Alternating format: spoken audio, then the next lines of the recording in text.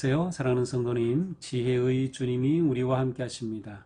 우리와 함께 하시는 주님을 찬양합니다. 기도합시다. 주님 감사합니다. 전도서의 말씀을 통해서 진정한 믿음의 삶, 또 지혜로운 삶의 길을 묵상하고 또 생각하게 하여 주시니 감사합니다. 오늘도 살아가는 저희들의 삶이 주님이 주시는 말씀과 깨달음을 통해 지혜로운 삶이 되기 원합니다. 저희들을 새롭게 하여 주시고 깨우쳐 주셔서 어떤 상황에서도 지혜로운 삶을 선택하며 살아갈 수 있도록 함께하여 주시옵소서. 예수님 이름으로 기도합니다. 아멘. 오늘 말씀은 전도서 7장 1절에서 14절입니다. 좋은 이름이 좋은 기름보다 낫고 죽는 날이 출생하는 날보다 나으며 초상집에 가는 것이 잔치집에 가는 것보다 나으니 모든 사람의 끝이 이와 같이 됨이라. 산자는 이것을 그의 마음에 둘지어다. 슬픔이 웃음보다 나음은 얼굴에 근심하는 것이 마음에 유익하기 때문이라. 지혜자의 마음은 초상집에 있으되 우매자의 마음은 혼인집에 있느니라. 지혜로운 사람의 책망을 듣는 것이 우매한 자들의 노래를 듣는 것보다 나으니라.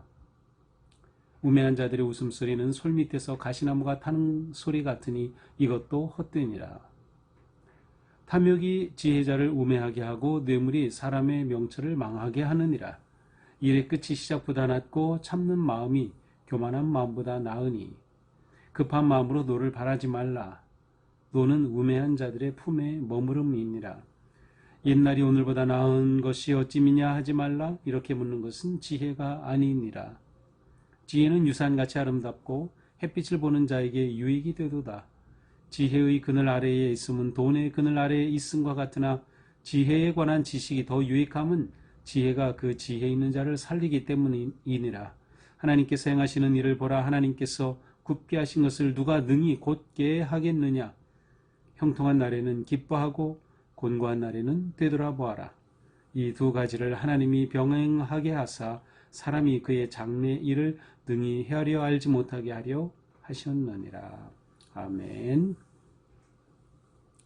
자, 오늘 말씀은 지혜로운 사람과 반대가 되는 우매한 사람의 모습을 보여줍니다. 오늘 말씀 꼭 잠언을 읽는 것과 아주 똑같아요. 그래서 대조적으로 또 비교하는 그러한 짧은 경구의 말씀들이 이렇게 모아져 있습니다. 자, 1절부터 봅니다. 좋은 이름이 좋은 기름보다 낫고 죽는 날이 출생하는 날보다 나으며.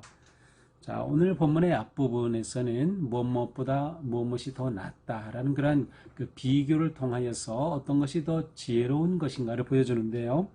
좋은 이름이 좋은 기름보다 낫다. 그래서 좋은 이름은 사람의 이름, 명예를 의미한다고 볼 수 있고요.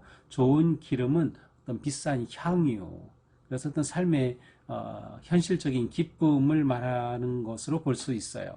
자, 그렇다면 명예가 어떤 기쁨보다 낫다라는 것인데, 아마도 이것은 보통 이제 명예하면 사람은 죽어서 이름을 남긴다라는 것처럼 어떤 죽음과 연결되어 있기도 합니다. 그래서 현실에서 어떤 쾌락을 추구하는 그 기쁨 추구하는 것보다 자신의 명예를 귀하게 여기는 것이 더 낫다라는 거죠. 이어지는 말씀은 죽는 날이 출생하는 날보다 나으며, 자, 죽는 날이 출생하는 날보다 낫다. 우리가 생각할 때는 죽는 날이 출생하는 날보다 더 나을 수가 없죠. 죽음은 우리에게 부정적이고 어둠이고 끝이라고 생각이 되지만 출생은 생명이고 출발이기 때문에 어떻게 죽는 날이 출생하는 것보다 나을까. 하지만 전도서의 지혜는 일반적으로 우리가 생각하는 또 일반적으로 믿는 그러한 가치를 이렇게 뒤바꿔 놓기도 합니다. 정말 그러냐라고 묻는 거죠. 죽는 날이 출생하는 날보다 낫다. 여기서 낫다는 단어를 중요하다라고 번역할 수도 있어요. 그렇다면 죽는 날이 출생하는 날보다 중요하다. 왜냐하면 출생하는 날은 이제 그로부터 쭉 살아가게 되겠지만 죽는 날은 그것으로 끝이에요. 끝이라면 그 인생의 마지막 결론이 나는 것인데 결론이 중요하다라고 볼 수도 있겠죠. 혹은 죽음의 가치를 말하려는 것일 수도 있습니다. 2절입니다. 초상집에 가는 것이 잔치집에 가는 것보다 나으니 모든 사람의 끝이 이와 같이 됨이라. 자, 초상집에 가는 것이 잔치집에 가는 것보다 낫다. 여기서도 무엇이 더 나은가? 그래서 더 낫다는 것은 더 지혜롭다는 뜻입니다. 그러니까 지혜로운 사람은 잔치집과 초상집의 두 스케줄이 잡힐 때 초상집에 가는 것이죠. 왜 그렇습니까? 모든 사람의 끝이 이와 같이 됩니다. 초상집에 가서 그 삶을 죽음을 애도하고 하면서 우리 인생은 모두 이렇게 죽는구나 라는 것을 생각하기 때문이죠. 끝이 이와 같이 되는 거예요. 그러므로 산자는 이것을 그의 마음에 들지어다 우리가 살아갈 동안 우리는 이것을 명심해야 한다. 나도 죽을 존재다라고 하는 것이죠. 죽음을 생각하는 삶이죠. 우리는 죽음을 아주 멀리하고 부정적인 것으로만 생각하지만 우리는 누구나 죽음을 피할 수 없다. 그렇다면 우리가 죽음을 생각하는 삶은 오히려 우리의 현재의 삶을 의미 있고 또 가치 있는 인생으로 이끌어줄 수 있다라는 점을 생각하게 됩니다. 3절 슬픔이 웃음보다 낫다. 그것은 얼굴에 근심하는 것이 마음에 유익하기 때문이라. 자, 슬픔이 웃음보다 좋을 리가 없지요. 당연히 웃음이 좋죠. 그런데 거꾸로 말합니다. 슬픔이 웃음보다 낫다. 왜 그렇습니까? 얼굴에 근심하는 것이 마음에 유익하다. 자, 여기서 말하는 근심은 그냥 무조건 근심만 하는 것이 아니라 어떤 생각하는 또 그 사도 바울의 표현을 든다면 거룩한 근심이라고 할 수 있어요. 이러한 것은 우리의 영을 깨우고 우리의 생각을 깨우고 내 인생을 생각하고 돌아보게 하기 때문에 오히려 슬픔이 웃음보다 나을 수도 있다는 것이죠. 4절은 앞에 2절과 비슷합니다. 지혜자의 마음은 초상집에 있으되 우매한 자의 마음은 혼인집에 있느니라. 그래서 혼인집은 잔치집, 기쁨의 집이죠. 자, 지혜자는 초상집에 가서 인생의 지혜를 더 얻습니다. 그러나 우매한 자는 그저 잔치집밖에는 갈 줄 모르는 것이죠. 5절입니다. 지혜로운 사람의 책망을 듣는 것이 우매한 자의 노래를 듣는 것보다 나으니라. 자, 여전히 비교하면서 무엇이 더 나은가, 더 지혜로운가를 말하죠. 자, 우매한 자의 노래를 듣는 것보다 지혜로운 자의 책망을 듣는 것이 좋다. 우리는 내가 듣기 좋은, 또 들어서 내가 좋을 그런 것만 자꾸 듣고 싶어 하죠. 하지만 우리가 더 깊고 또 거룩하고 바른 인생을 살려면 지혜자의 책망이 필요합니다. 우매한 사람의 노래는 아무리 들어도 우리의 삶을 발전시킬 수가 없는 거죠. 그래서 이 우매한 자들의 웃음소리는 솔밭에서 가시나무가 타는 소리 같다. 가시나무 지지지직 하면서 타지만 금방 없어져 버리죠. 바로 우매자의 칭찬과 우매자의 노래와 우매자의 소리는 그와 같다는 것이에요. 그러니까 우리는 누구의 어떤 음성을 듣고 싶어 해야 하나? 우매자의 노래가 아니라 지혜자의 충고를 듣기를 좋아해야 하는 거죠. 7절 탐욕이 지혜자를 우매하게 하고 뇌물이 사람의 명철을 망하게 하느니라. 그래서 탐욕은 억압이라고도 번역이 가능한데요. 억압이 지혜자를 우매하게 한다. 때로는 탐욕이 지혜자를 우매하게 한다. 이것은 지혜자고 우매자고 상관없이 탐욕에 빠지면 그 인생은 그릇되고 망치게 되어 있어요. 따라서 탐욕에 빠지면 그 지혜자가 우매해질 수밖에 없어요. 또 뇌물을 받게 되면 그 사람의 명철을 망하게 한다. 바른 판단, 바른 재판을 할 수가 없어요. 그래서 뇌물이 사람의 마음을 그릇되게 하는 거죠. 사람의 마음을 망하게, 병들게 합니다. 그러니까 뇌물은 독과 같아요. 받으면 독이 되는 거예요.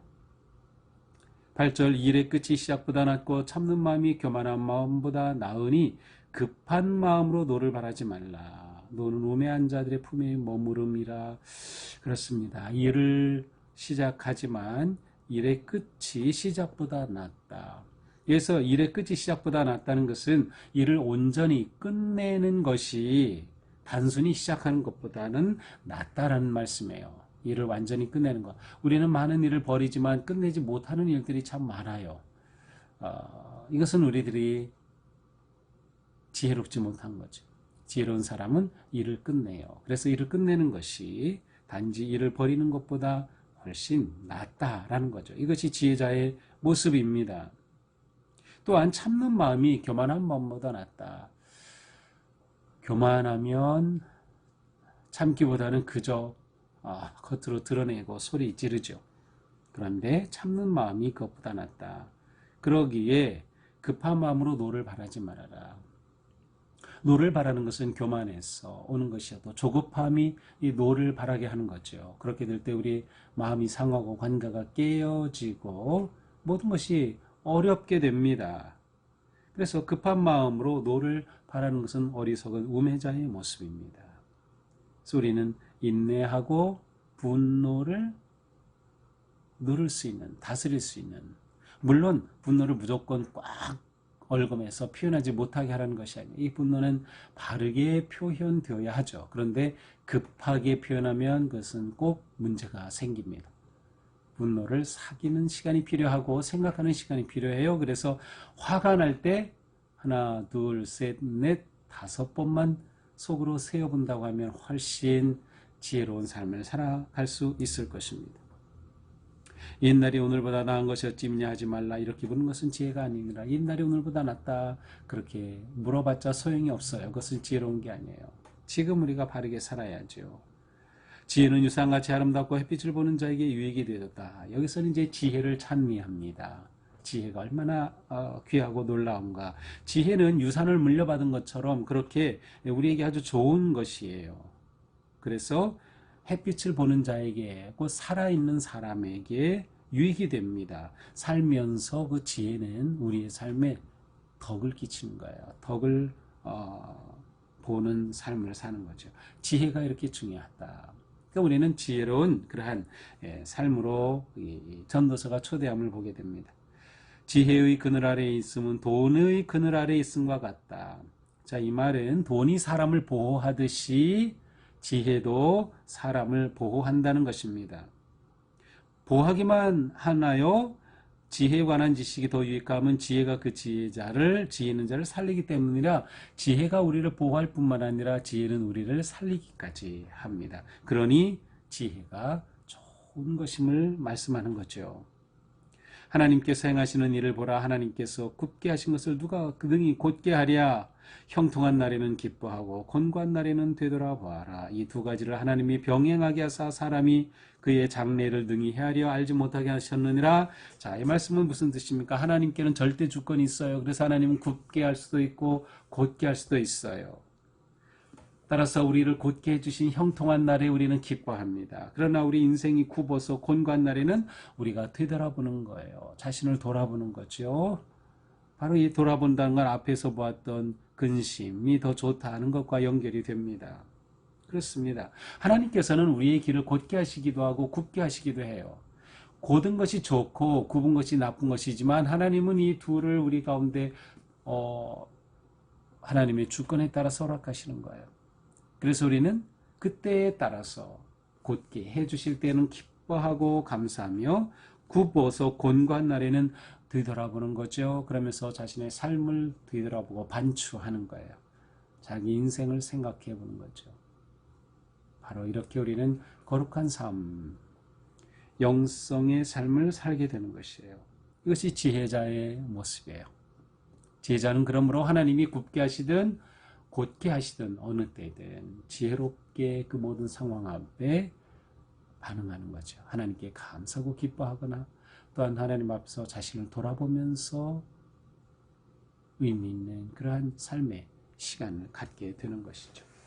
자, 이것이 오늘 말씀입니다. 오늘 말씀을 보면서 우리는 지혜로운 자는 항상 이 둘 사이에서 선한 것을 선택한다는 것을 볼 수 있어요. 그러기 위해서 지혜자는 세상을 다르게 인식합니다.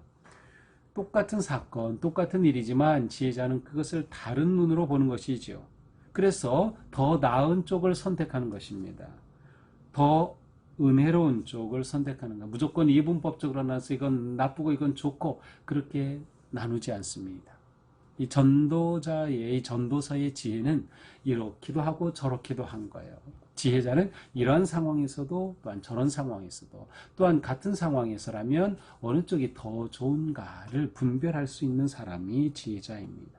그래서 지혜자는 이 세상의 어떤 관념을 뛰어넘습니다. 세상과는 다르게 인식하고 보는 것이죠. 지혜자는 또한 자신의 한계를 인식합니다. 자신은 죽을 존재다. 그래서 초상집에 가면서 인생을 생각하죠.